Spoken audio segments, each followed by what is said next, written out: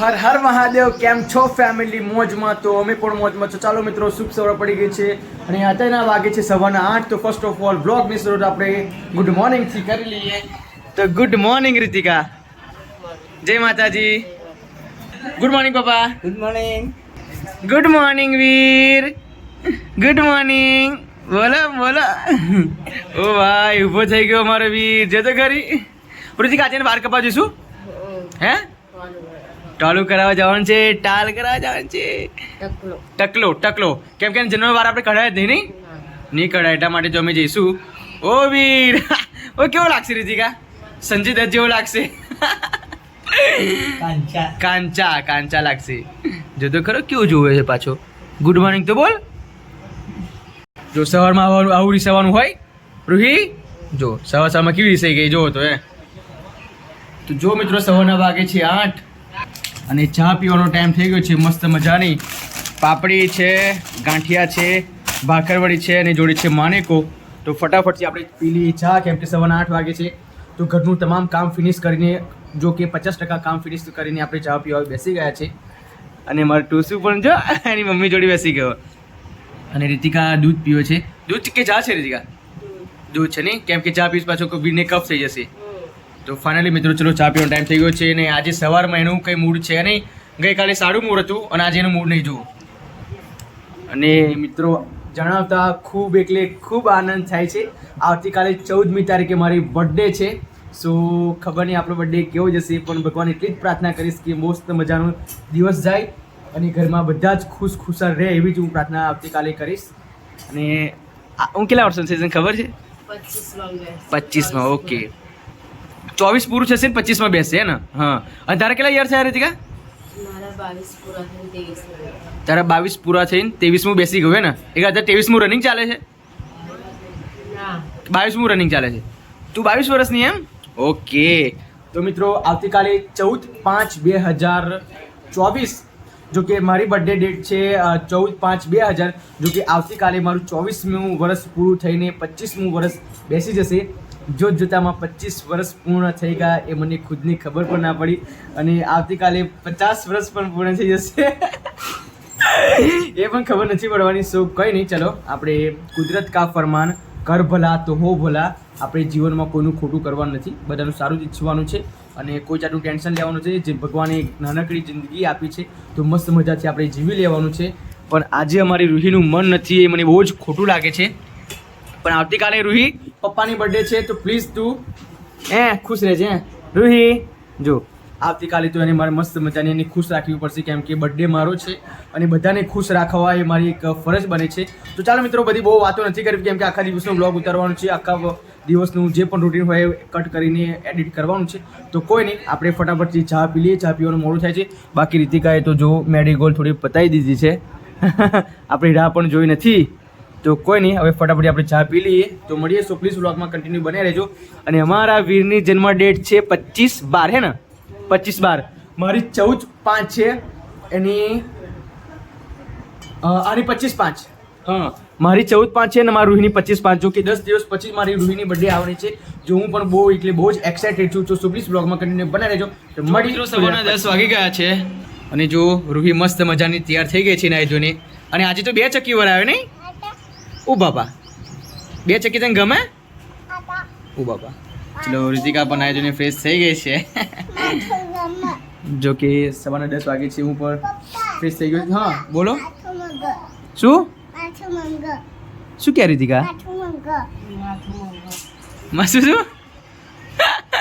તું કયા ભાષા બોલું? મને એમ કેવું છે તે માથું ગમે?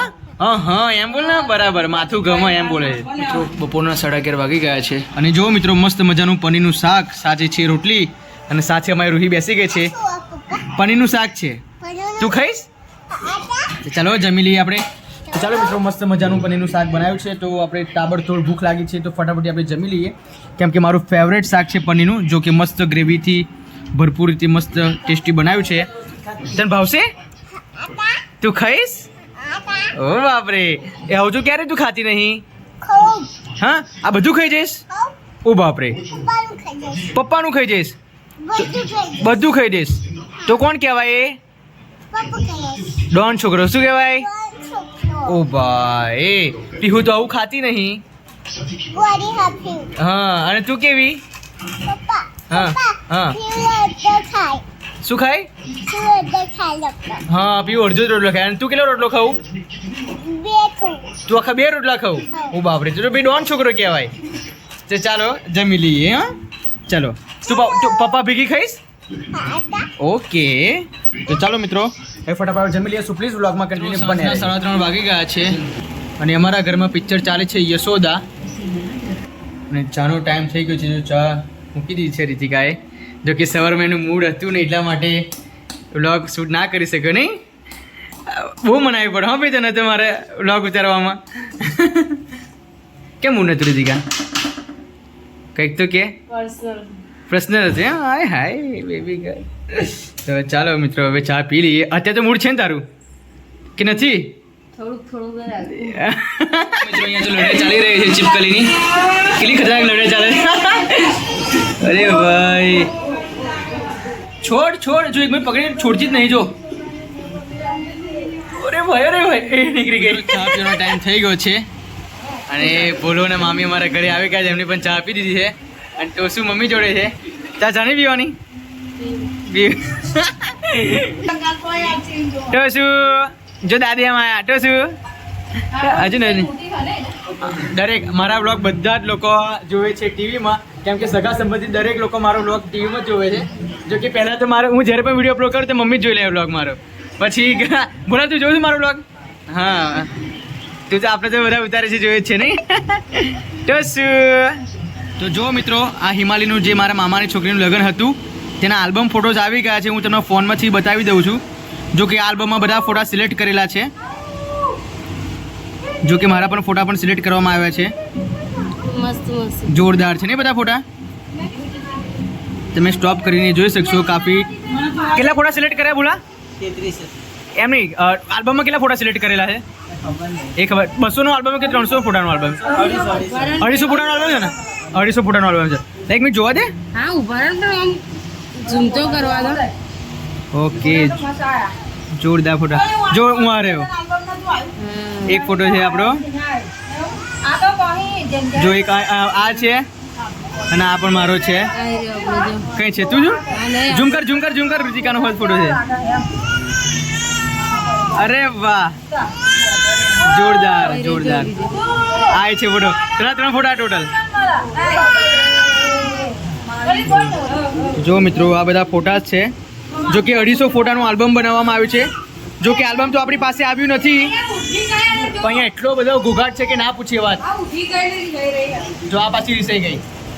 સવારની રીસેન ફરીને ખબર નહીં. જો ટોસુને હવે નવડાવવા લઈને જાય છે. વીર ઓ વીર ઓ જો રૂહી જો જરી ફોટા જોવો હોય તો પપ્પા જોડે. તો જો મિત્રો આ મસ્ત ફોટા અહીંયા પાડ્યા છે અને મસ્ત ફોટા સિલેક્ટ કર્યા છે. ફોટા તમે લોકો સિલેક્ટ કર્યા છે? હિમાલી સિલેક્ટ કરે? આ છે વિક્રમ હિમાલી. જો કે આપણા હાથમાં આલ્બમ આવશે પછી જ ખબર પડશે. જો કે બધા ફોટા સિલેક્ટ થઈ ગયા છે. મિત્રો મારા લગ્નના ફોટા મામી અત્યારે જોવે છે.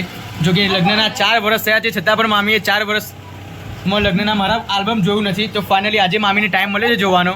નહીં આજે જોવાનો ટાઈમ મળ્યો મમ્મીને. બાકી મમ્મી કેસેટ જોઈ લે આપણે લગ્નની? કેસેટ નહીં જોઈ? અરે બાપરે હવે તો આવી ગઈ ને પણ. હા ચલો મસ્ત મજાના ફોટા મેં આ બેડા ખાલી ગયેલા માટે પાડવા માટે. હવે પછી ગયા તેની રીતે આપણે જોવા તે કા બેડા ખાલી મસ્ત ફોટા હતા. એટલે મેં બેડા ખાલી ગયેલા મમ્મી એવું. હવે બસ અમારા ભાઈના લગ્ન બાકી છે. મજા આવશે એના લગ્નમાં નહીં? હજી વાર છે. હા નાચવા માટે મમ્મી મસ્ત લાગે. એમ એ પોલે જ્યારે મારા લગ્નમાં એનું શરીર થોડું ઓછું હતું ખબર? જો દાદા આ મામા દાદા અને મામા. જો આ તમારો પૂરે ફેમિલીનો ફોટો છે. આ પીઠીનો બ્લોગ જો આ જો મમ્મીને વડે જ પડે મમ્મી જોડે મેચિંગ કરેલું મમ્મીએ જો આપણે પીવું કેવી છે નોની આ ફોટો તમારે મસ્ત કરાવતું હા આજે ફોટો હા આ ફોટો મસ્ત છે મરાઈ મેલો